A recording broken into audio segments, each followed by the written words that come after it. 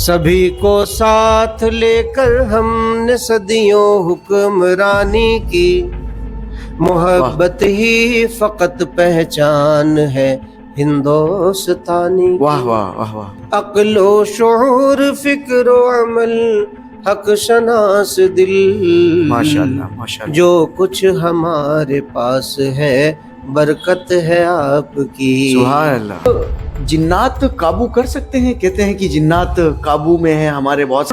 جنات انسان کے پیچھے کیوں ہو جاتا ہے؟ اکثر عورتوں کے پیچھے ہوتا ہے، اس کی کیا ریزن رہتا ہے؟ کیا کمیاں رہتی ہے کہ ہم ان چیزوں کا دھیان نہیں رکھ پاتے جس کی وجہ سے ہمارے پیچھے ہو جاتے ہیں؟ کیا جنات انسان کو کہاں تک نقصان پہنچا سکتا ہے؟ اسلام میں یا دوسروں دھرموں کے اندر بھی بھوت پریت جادو جنات ہوتے ہیں یا صرف یہ افواہیں ہیں؟ کیا معاملہ ہے؟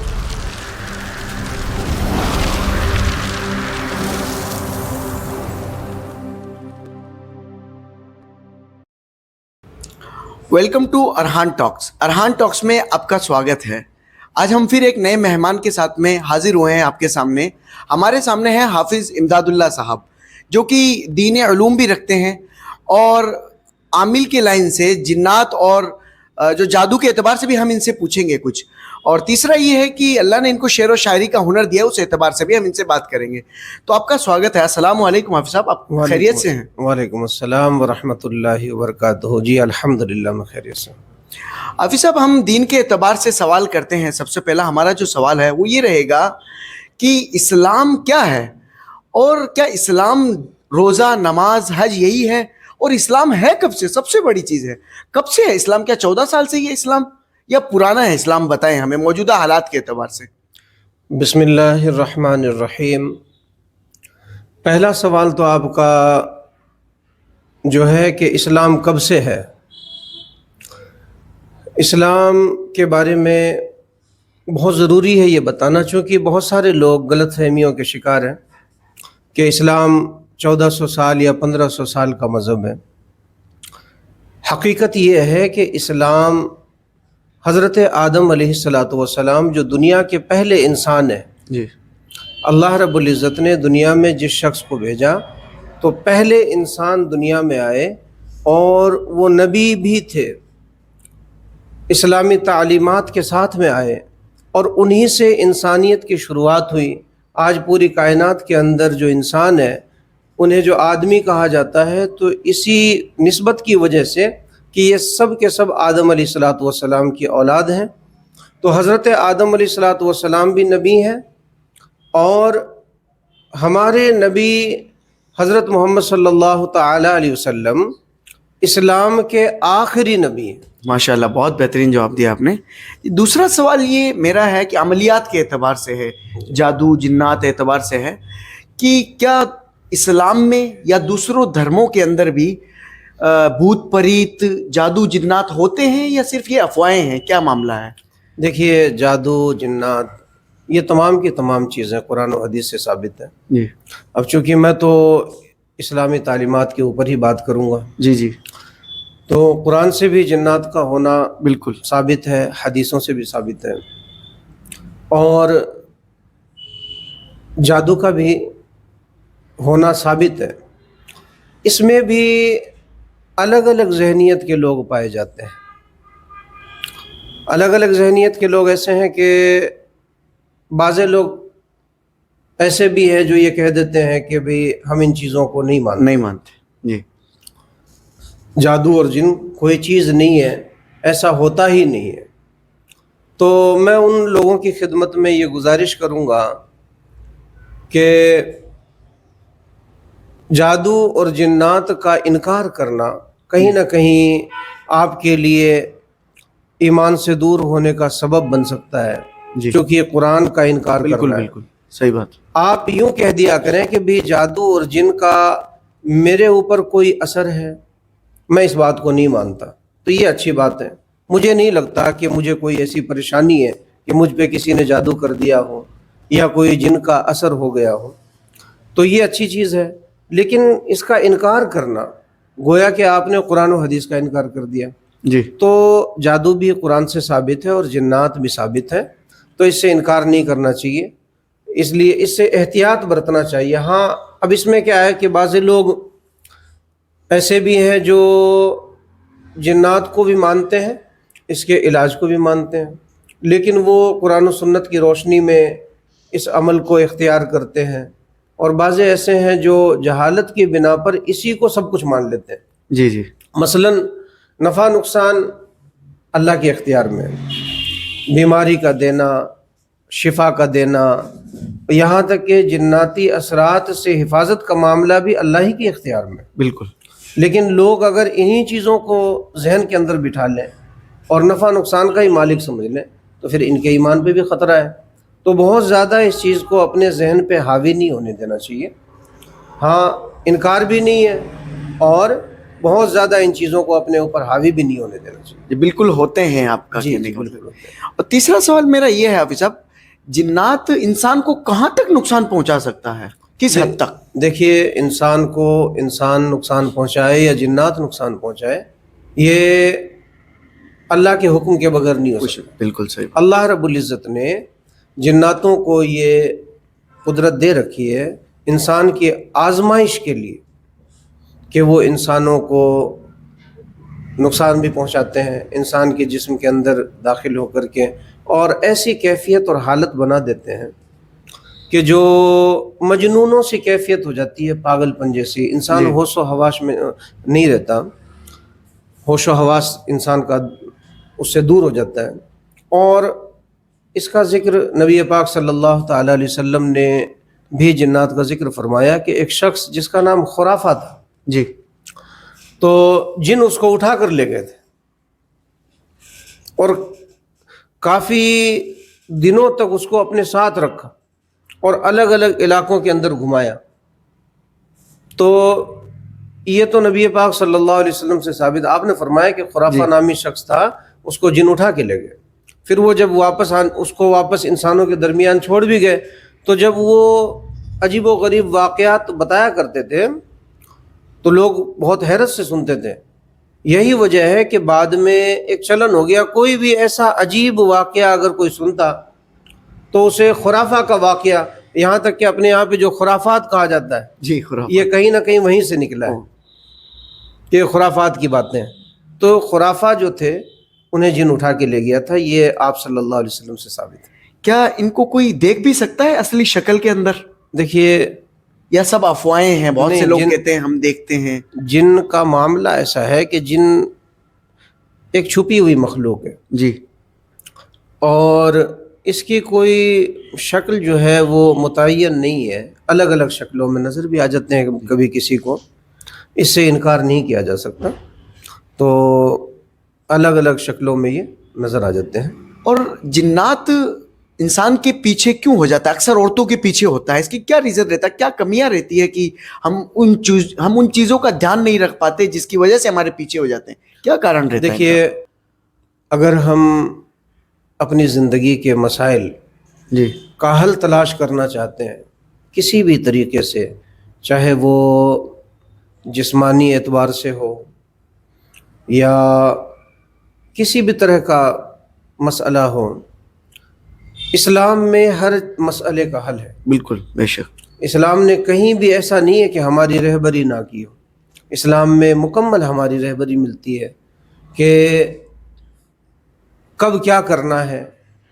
تو جنات اکثر و بیشتر انسانوں کو جو پریشان کرتا ہے وہ اس کی کئی وجوہات ہے، اس میں ایک ناپاکی بھی مان سکتے ہیں آپ، کیوں اسلام میں پاک صاف رہنے کا بڑا حکم دیا گیا ہے، جی، اور پاکی کو آدھا ایمان بتایا۔ بالکل بالکل۔ تو انسان کو جہاں تک ہو سکے پاک رہنا چاہیے، اور رہنا ہی چاہیے، کیونکہ اسلام میں تو 5 وقت کی نماز ہے، تو بغیر پاکی کے نماز ہوگی نماز ہی نہیں ہے۔ اچھا، میں آپ کے یہاں سے ایک گزارش اور کروں گا مسلمانوں سے، جس کی طرف لوگوں کی توجہ کم ہے۔ اکثر لوگ نہا کر کے بھی ناپاک رہتے ہیں، اور جس کی وجہ سے وہ مسجد میں جاتے ہیں، عبادت کرتے ہیں، تو بجائے ثواب کے ہو سکتا ہے وہ گناہ کما کے آ رہے ہوں۔ ایسے ہی قرآن کو چھو رہے ہیں، اپنے آپ میں وہ پاک سمجھ رہے ہیں اپنے آپ کو، جی، لیکن نہا کر کے بھی وہ پاک نہیں ہوتے، اور میرا اندازہ ہے بہت بڑی تعداد ایسے لوگوں کی ہے۔ جی، وجہ یہ ہے کہ انہیں نہانے کا سنت طریقہ یا نہانے میں کیا فرائض ہیں جی اس کا پتہ نہیں ہے. لوگ اپنے جسم کے اوپر پانی ڈال لینے کو نہانا پاکی سمجھتے ہیں، بالکل. نہانا سمجھتے ہیں، جبکہ نہانے میں 3 فرض ہے. جی گرارہ کرنا، اور اگر روزے کی حالت ہو تو گرارہ نہیں کلی کر لیں، اور ناک کی نرم ہڈیوں تک، یہ جو نرم ہڈی ہے یہاں تک پانی کا پہنچانا، اندر پانی پہنچانا، اور پورے جسم کے اوپر اس طریقے سے پانی بہانا کہ بال کے برابر بھی جسم سوکھا نہ رہے. جی اگر اس طریقے سے کوئی نہا رہا ہے تو وہ پاک ہو گیا، اور اگر غرارہ نہیں کیا یا کلی نہیں کیا، ناک میں پانی نہیں ڈالا اور پورے جسم پہ پانی بہا کر کے، اور کتنا ہی وہ صابن لگا لے یا کتنا ہی شیمپو لگا لے، اچھے طریقے سے نہا لے، وہ پاک نہیں ہوگا. جی آج لوگوں کی عام طور سے یہ شکایت ہے ہماری دعائیں قبول نہیں ہوتی، تو کہیں نہ کہیں ہمارے اندر جو بدلاؤ نہیں آ رہا ہے یا دعائیں قبول نہیں ہو رہی ہے، تو اس کے اندر ہم اسلامی تعلیمات سے دور ہو رہے ہیں. جی ہم صحیح طریقے سے نہا نہیں رہے، پاک نہیں ہو رہے، پھر ہماری عبادتوں میں اثر کیسے آئے گا؟ تو اس کا خیال رکھنا چاہیے کہ انسان پاک اچھے طریقے سے ہوں، اور جب بھی نہائے تو غرارہ کرے، اگر روزے کی حالت ہو تو کلی کر لے، ناک میں پانی ڈال لے، تو اس سے وہ پاک ہو جائیں گے اور جسم میں پانی بہا لے. جی کچھ حد تک کہنے کا مطلب ہے کہ ناپاکی کی وجہ سے بھی جنات پیچھے ہو جاتے ہیں. جی ہاں، اور عورتوں کے اندر یہ چیز عام طور سے پائی جاتی ہے، چونکہ ناپاکی کا سلسلہ عورتوں کا زیادہ ہوتا ہے. کچھ عطر وغیرہ سینٹ لگانے سے بھی عورتوں کے پیچھے ہو جاتے ہیں، ایسا کوئی معاملہ ہے؟ دیکھیں ایسا ہے کہ مرد کے مسائل کچھ الگ ہیں، عورتوں کے لیے الگ ہیں. تو کہتے ہیں اکثر کہ عورت عطر وغیرہ باہر لگا کے چلی جائے تو اس کے پیچھے ہو جاتے ہیں. نہیں ایسا نہیں. خوشبو کا استعمال تو روح کو سکون بخشنے کے لیے ہے، اور خوشبو کے استعمال کی اسلام میں اجازت ہے. عورتوں کے لیے حکم یہ ہے کہ وہ ایسا خوشبو استعمال نہ کرے جس کی بہت زیادہ خوشبو پھیلتی ہو، اور بہت زیادہ خوشبو لگا کر عام مجموعوں کے اندر داخل نہ ہو، اس سے منع کیا گیا ہے. جی باقی اس کا تعلق، خوشبو کا تعلق کسی ایسی چیز سے نہیں ہے. اگر حفیظ صاحب ہو جائے خدا نخواستہ تو نارملی سنت کے اعتبار سے کیا علاج ہے؟ اس موجودہ حالات میں کیا کرے کہ جس سے اس سے بچا جائے؟ کیونکہ ایک گھر والوں کے لیے بڑی پریشانی ہو جاتی ہے اس وقت تک، جب تک کوئی عامل نہیں آ جاتا تو گھر والے پورے پریشان ہو جاتے ہیں اس چیز سے، خوف زدہ ہو جاتے ہیں، دل میں خوف پیدا ہو جاتا ہے. تو اس سے بچنے کے لیے کوئی دعا ہو یا کوئی ایسی کوئی چیز ہو جو اس کو پلا دے یا کچھ ہو جائے جس کے ذریعے سے کچھ حد تک راحت ملے؟ دیکھیے نبی پاک صلی اللہ تعالیٰ علیہ وسلم نے جو مسنون دعائیں بتائی ہیں ہمیں، اس کا اہتمام انسان کی زندگی پہ بڑا اثر انداز ہوتا ہے. ہم مسنون دعاؤں سے دور ہو گئے. ہمیں کھاتے وقت بسم اللہ پڑھنے کا حکم دیا گیا. جی اس کا تعلق بھی شیاطین سے ہی ہے کہ جب بندہ کسی بھی کام میں بسم اللہ پڑھ لیتا ہے تو شیاطین کو اللہ تعالیٰ دور فرما دیتا ہے. ایسے ہی چاہے سوتے وقت کی دعائیں ہیں، جاگنے کی دعائیں ہیں، سب سے زیادہ بیت الخلاء میں جانے کے لیے دیکھیے ہر دعا کا اہتمام ضروری ہے. جی بیت الخلاء میں جب ہم جاتے ہیں تو بیت الخلاء یہ شیاطین کا گھر ہوتا ہے.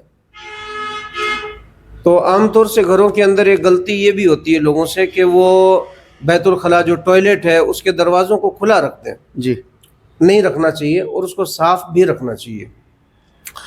تو جو دعا ہے، اس دعا سے بھی ہمیں یہ پتہ چلتا ہے کہ ٹوائلٹ کے اندر اور بیت الخلاء کے اندر شیاطین کا اثر ہوتا ہے. بسم اللہ اللہم انی اعوذ بک من الخبث والخبائث، جی یہ دعا ہے. تو یہ دعا پڑھ کے جانے سے اللہ تعالیٰ شیاطین کے آنکھوں کے اوپر انسان کے جسم کے درمیان میں پردہ ڈال دیتا ہے کہ وہ اس کے جسم کو دیکھ نہیں سکتے، اور نقصان سے بھی بچ جاتے ہیں. تو ہر کام کے لیے نبی پاک صلی اللہ علیہ وسلم نے مسنون دعاؤں کی تلقین فرمائی. تو ہمیں کھاتے پیتے، سوتے جاگتے، اٹھتے بیٹھتے، چلتے پھرتے ان دعاؤں کا اہتمام کرنا بہت ضروری ہے، اور اس کا بڑا ہی اچھا اثر ہوتا ہے انسانی زندگی پر. دوسری چیز یہ ہے کہ جناتی اور شیاطین کے اثرات سے بچنے کا طریقہ یہ بھی ہے کہ رات کو سوتے وقت آیت الکرسی پڑھ لیا جائے. ماشاء اللہ ہاں اس کی بھی تلقین فرمائی ہے آقا صلی اللہ علیہ وسلم نے. صلی اللہ علیہ وسلم. اور خاص طور سے قرآن کی وہ صورتیں جیسے سورہ فلق اور سورہ ناس ہے، یہ جادو میں بھی کام آتی ہے اور جنات کے اثرات کو دور کرنے میں بھی کام آتی ہے. تو ان صورتوں کی تلاوت جی بہت ضروری ہے. یہ پڑھیں اور اس سے جہاں تک ہو سکے آدمی ان کا ورد کرے اور اسے پڑھ کر کے اور پانی پہ دم کر کے پی لیں، اپنے جسم کے اوپر پھونک لیں، یا آیت الکرسی اور اخیر کے چاروں جو کل ہیں، جی قل یا ایھا الکافرون، قل هو اللہ، قل اعوذ برب الفلق، قل اعوذ برب الناس، ان کو پڑھ کر کے ہاتھوں پہ دم کر کے اور جسم کے اوپر پھیر لیا کریں. اس سے بھی حفاظت ہوتی ہے. روزانہ رات کو سوتے وقت یہ عمل کریں، اس سے بہت فائدہ ہوتا ہے. اگر کسی پہ ہو جائے تو پڑھ کر پھونک کر پانی پلا دیں تو کچھ راحت ملے گی؟ راحت ملے گی. جی اچھا، عام طور سے لوگوں کو یہ شکایت رہتی ہے کہ بھی ہم پڑھ کے دیتے ہیں تو اس سے نفع نہیں ہوتا. جی یہ بھی ہاں ایک رہتا ہے بالکل. تو اس کی وجہ یہ ہے کہ قرآن پاک کے پڑھنے میں تلفظ کا بڑا صحیح ہونا، کردار ہوتا بالکل. ہے کہ آپ عربی میں اگر بڑے قاف کی جگہ چھوٹا قاف پڑھ دیں گے تو مطلب بدل جائے گا. اچھا اثر بھی نہیں کرے گا اور اثر بھی نہیں، مطلب ہی بدل جائے گا. جی جی اب جیسے قلب، بڑے کاف سے قلب دل کو کہتے ہیں، چھوٹے کاف سے قلب کتے کو کہتے ہیں، اتنا فرق آ جاتا ہے. تو حرف کے بدلنے سے مطلب بدل جاتا ہے. تو لوگوں کی جو عام طور سے یہ شکایت ہے کہ بھئی ہم پڑھتے ہیں تو اس کا اثر نہیں ہوتا، اس کے لیے ہونے چاہیے کہ کسی مدرسے سے یا کسی عالم سے قرآن پاک کو دیکھیے. اتنا سیکھنا تو فرض ہے جتنا نماز میں کام آئے. بالکل فرض ہے یہ. تو اچھے طریقے سے کسی اچھے عالم سے، حافظ سے، قاری سے قرآن کو سیکھیں. یہ ہماری زندگی کی ضرورت، یہ نہیں ہے کہ صرف جادو اور جنات کے لیے، بلکہ نماز کے لیے بھی حرف کی ادائیگی کے ساتھ قرآن کا پڑھنا ضروری ہے، ورنہ نماز نہیں ہوتی. ہر مسلمان کو کوشش کرنا چاہیے کہ نماز کے لیے جن صورتوں کو، یعنی الحمد شریف تو لازمی ہے، بالکل. اور اس کے علاوہ بھی جو صورتیں ہیں چھوٹی، یا قرآن کی ایسی آیات وغیرہ ہیں کہ جن سے نماز مکمل ہو جائے، تو سیکھنا فرض ہے. اور یہ چند صورتیں اگر سیکھ لے تو زندگی میں کام آتی ہیں، نماز میں بھی کام آئیں گے، اور اگر حرف کی صحیح ادائیگی کے ساتھ ہم پڑھیں گے تو انشاءاللہ زندگی کے اندر جس کام میں استعمال کریں گے نفع ہوگا. کیا حافظ صاحب جنات قابو کر سکتے ہیں؟ کہتے ہیں کہ جنات قابو میں ہیں ہمارے، بہت سارے لوگ کہتے ہیں. کیا جنات کے حقیقت ہے اس کی؟ جنات کے تسخیر کو بھی ممکن ہی بتایا گیا، ایسا ہو جاتا ہے. اچھا ہو جاتا ہے، قابو کر سکتا ہے آدمی. اگر کوئی عام آدمی لگ جائے، جیسے سنا ہے کہ سورہ جن پڑھتا رہے 40 دن تک تو اس کے قابو میں ہو جاتا ہے. اس کا دیکھیے، نقصان بھی ہو سکتا ہے. میں نے سنا ہے کہ آدمی پاگل ہو جاتا ہے، ایسے کچھ معاملہ. ایسا بھی ہے، اور ہر آدمی کے بس کی بات بھی نہیں ہے. دوسری چیز یہ ہے کہ یہ ہمارے ایمان کا حصہ بھی نہیں ہے. جی تو زیادہ ان چیزوں کے اوپر غور و فکر بھی نہیں کرنی چاہیے. اللہ نے انسان کو اشرف المخلوقات بنایا ہے. بالکل بہترین مخلوق. تو جب اللہ نے اتنا بڑا درجہ دے دیا تو پھر کسی اور چیز کو حاصل کرنے کی کیا ضرورت ہے؟ اور آپ صلی اللہ علیہ وسلم نے ایسی تعلیمات تو ہمیں دی نہیں. اگر کوئی پریشانی آ جائے تو اس کا علاج بھی ہے. آقا صلی اللہ علیہ وسلم کے پاس میں ایک شخص اپنے بچے کو یا اپنے بھتیجے کو لے کے آئے. ام ابان سے یہ روایت ہے کہ اپنے والد سے روایت کرتی ہیں کہ ان کے دادا ایک بچے کو لے کے آئے اور اس کے اوپر جناتی اثر تھا، جس کی وجہ سے بالکل وہ پاگلوں کی طرح کر رہا تھا. تو آپ صلی اللہ علیہ وسلم نے اس کا علاج کیا، وہ ٹھیک ہوا. تو ایسا حدیث شریف کے اندر آتا ہے. تو اگر آپ سے نہیں ہو پایا یا جی پریشانی ہے تو کسی عالم سے آپ رابطہ کر کے اور علاج اس کا کروانا علاج چاہیے. کروا سکتے ہیں قرآن و سنت کی روشنی میں. اچھا، اس میں کیا ہوتا ہے کہ آج کل بہت سارے ایسی چیزیں چل پڑی ہیں جی اور بہت ساری ایسی خرافات ہیں کہ علاج اگر ہوگا تو قرآنی آیات سے ہو جائے گا. بالکل ٹھیک ہے نا؟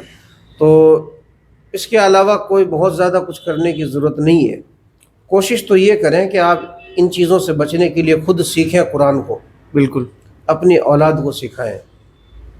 اور نظر بد بھی انسان کو ہوتی ہے، یہ بھی حدیث سے ثابت ہے۔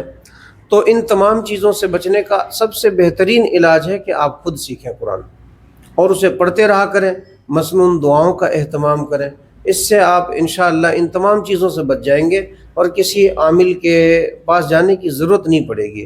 اگر پھر بھی ضرورت پڑتی ہے تو کسی اچھے عامل کے پاس جا کر کے علاج کرو۔ دم کروا۔ صاحب ایک سوال میرا ہے کہ آپ نے بھی دیکھا ہوگا کئی جگہ پر روڈ کے بیچ کے اندر ایک لال کپڑے میں کوئی ناریل، مٹھائیاں، کوئی مطلب ہانڈی وغیرہ رکھی ہوئی ہوتی ہے جادو کے لیے۔ کہتے ہیں کہ اگر اس پہ سب سے پہلے جو ہاتھ لگا دے گا اس سے اتر کر وہ اس پہ چلا جائے گا، جس نے رکھا ہے اس سے اتر جائے گا اور جس نے ہاتھ لگایا ہے اس پہ چلا جائے گا۔ اس کی کیا حقیقت ہے؟ کیا ایسا ہوتا ہے ہاتھ لگانے سے بھی؟ دیکھیے ایسا ہے کہ جادو تو ممکن ہے اور ایسی چیزوں سے بچ کے ہی نکلنا چاہیے، چونکہ اسلام میں تو راستے میں پڑا ہوا اگر پیسہ ہو یا قیمتی سامان ہو اسے بھی چھونے کی اجازت نہیں ہے جی، تو ایسی چیزوں کو چھونے کی کہاں ضرورت ہے، تو بچ کے ہی نکل۔ جادو تو ممکن ہی ہے، بائی چانس اگر غلطی سے ہی ٹکر جائے آدمی۔ دیکھیے ایسا میں نے بتایا نا کہ ان تمام چیزوں سے بچنے دعا کا حفاظت ہے، دعا بالکل بالکل۔ تو دعاؤں کا آپ اہتمام کریں گے، مسنون دعاؤں کا، تو انشاءاللہ نقصان نہیں ہوگا۔ کرنے والے کرتے تو ہیں ہی۔ بالکل۔ اب اس کی حقیقت تو کیا ہے کہ کس نے کیا اور کس اعتبار سے کیا وہی جانتا ہے۔ عام طور سے لوگ ویسے بھی رکھ دیتے ہیں کئی بار، بالکل۔ تو زیادہ گھبرانا بھی نہیں چاہیے، پریشان بھی نہیں ہونا چاہیے، بس مسنون دعاؤں کا اہتمام ضروری ہے۔ جی، ایک چیز ہے ماشاءاللہ، یہ سارے سوال جو عملیات کے اعتبار سے بہترین جواب دیے جی آپ، ماشاءاللہ نعت خواں بھی ہیں، اس اعتبار سے ہماری آڈینس کو ہمیں کچھ آپ سنائیں، کچھ موٹیویشنل کے لیے یا کچھ بھی ایسا کچھ سنائیں ہمیں۔ جی جی جی جی دیکھیے شعر و ادب بھی ایک بہت بڑا فن ہے اور یہ انسان کے خون میں ہوتا ہے، جی، اللہ کی عطا ہے یہ۔ ہر آدمی کوشش کرنے سے شاعر نہیں بن سکتا۔ آج بیکانیر کے اندر ایسا نہیں ہے کہ شاعروں کی کوئی کمی ہے، بہت اچھے اچھے شاعر موجود ہیں بیکانیر میں، جس میں میں بہت متاثر ہوں۔ ذاکر ادیب صاحب بڑے ہی اچھے شاعر ہیں، آپ کے یہیں رہتے ہیں پاس میں، اور بنیاد حسین ذہین، بالکل۔ ہمارا نیکسٹ جی ان سے انشاءاللہ انٹرویو ہوگا، پوڈ کاسٹ جی ہوگا۔ جی شعر و ادب کے اعتبار سے ان سے آپ سوال کریں، بالکل۔ ادیب صاحب کو بھی آپ بلائیں۔ ایسے ہی ڈاکٹر ضیاء الحسن قادری ہیں جو شعر و ادب کے ساتھ ساتھ نثر نگاری پہ بھی ماشاءاللہ ان کی بڑی اچھی پکڑ ہے۔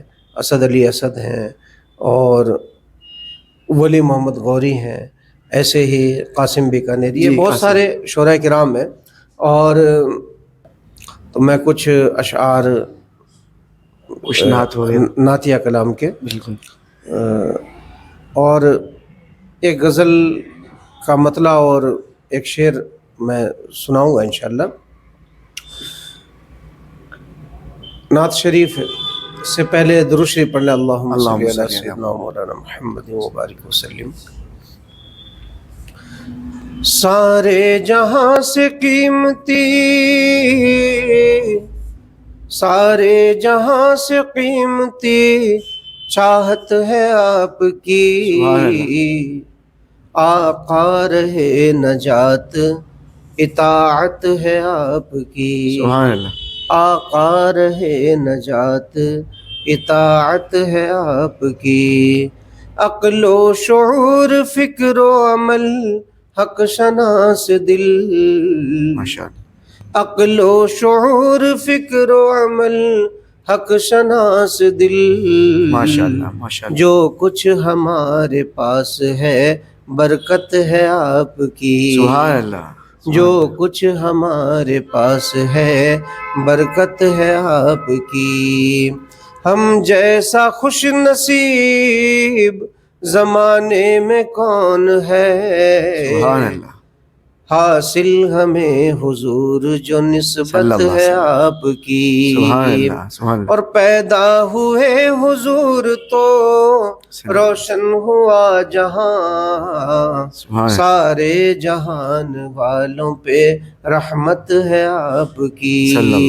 اور مقطع ملاحظہ فرمائے کہ باسط کے اس کلام کی کیا حیثیت حضور، بے شک باسط کے اس کلام کی کیا حیثیت حضور، بے شک اللہ کے کلام میں مدحت ہے آپ کی۔ سبحان اللہ سبحان اللہ۔ اور غزل کا مطلع اور ایک شعر، چونکہ ہم ایسے ملک میں رہتے ہیں جہاں ایک دوسرے سے مل جل کر کے اور بڑی محبتوں کے ساتھ ہم ہر مذاہب کے لوگ، ہندوستان ہمارا ملک جو ہے یہ ایک گلستان ہے، بے شک ایک باغ ہے جس میں ہر طرح کے پھول پائے جاتے ہیں۔ بالکل میرے خیال سے اتنے مختلف مذاہب کسی اور ملک میں نہیں پائے جاتے ہوں گے، مختلف زبانیں، الگ الگ زبان، الگ الگ مذہب کے رہتے ہوئے سب ایک دوسرے سے محبتوں کے ساتھ مل جل کے رہتے ہیں۔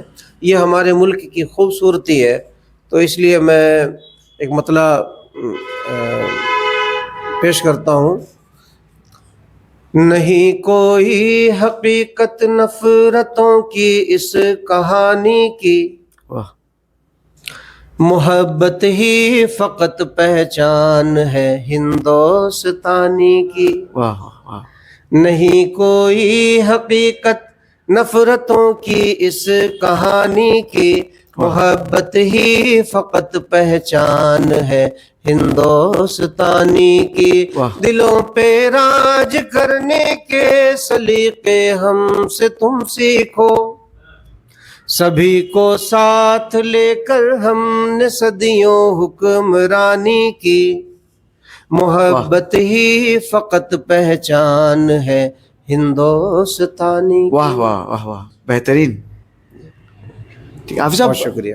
آخری سوال ہے کہ آپ ہمارے جو بیکانیر کے اور ہندوستان کے رہنے والے لوگوں کو کیا پیغام دیں گے؟ ایک بہترین پیغام جس کے ذریعے سے کچھ فائدہ ہو لوگوں کو، بہترین پیغام، دیکھیں چاہے محبت کی لائن سے ہو یا کسی بھی اعتبار اصل سے میں کیا بہترین ہے پیغام۔ کہ ہر انسان کی ضرورت محبت ہے، بے شک آپس میں پیار محبت کے ساتھ رہنا۔ اور شروع میں یہ بات رہ گئی تھی کہ اسلام میں اخلاق پہ بہت زیادہ زور دیا گیا ہے۔ جی تو اچھے اخلاق کی جو اہمیت ہے انسان کی زندگی میں، اسلام کی ایک خوبی یہ ہے کہ اسلام کسی مذہب کی برائی کو پسند نہیں کرتا، نہ ہی اسلام کسی کی برائی کر کے پھیلا ہے اور آگے بڑھا ہے۔ اسلام میں یہ منع ہے کسی بھی مذاہب کے بارے میں برا کہنا، جی۔ کسی کو برا بھلا کہنا۔ یہاں تک کہ حضور صلی اللہ علیہ وسلم کے پاس میں ایک مہمان آیا تو آپ نے فرمایا کہ بھئی کوئی اس کو کھانا کھلائے گا اپنے گھر پہ؟ اس وقت میں بڑا مشکل ہوتا تھا، کھانا فاقہ کشی عام طور سے رہتی تھی۔ تو ایک صحابی نے کہا یا رسول اللہ میں کھلاؤں گا۔ تو اپنے گھر پہ مہمان کو لے گئے اور بیوی سے کہا کہ کچھ کھانے کے لیے ہے؟ تو کہنے لگیں کہ اتنا ہی ہے کہ بچے کھا کے سو جائیں۔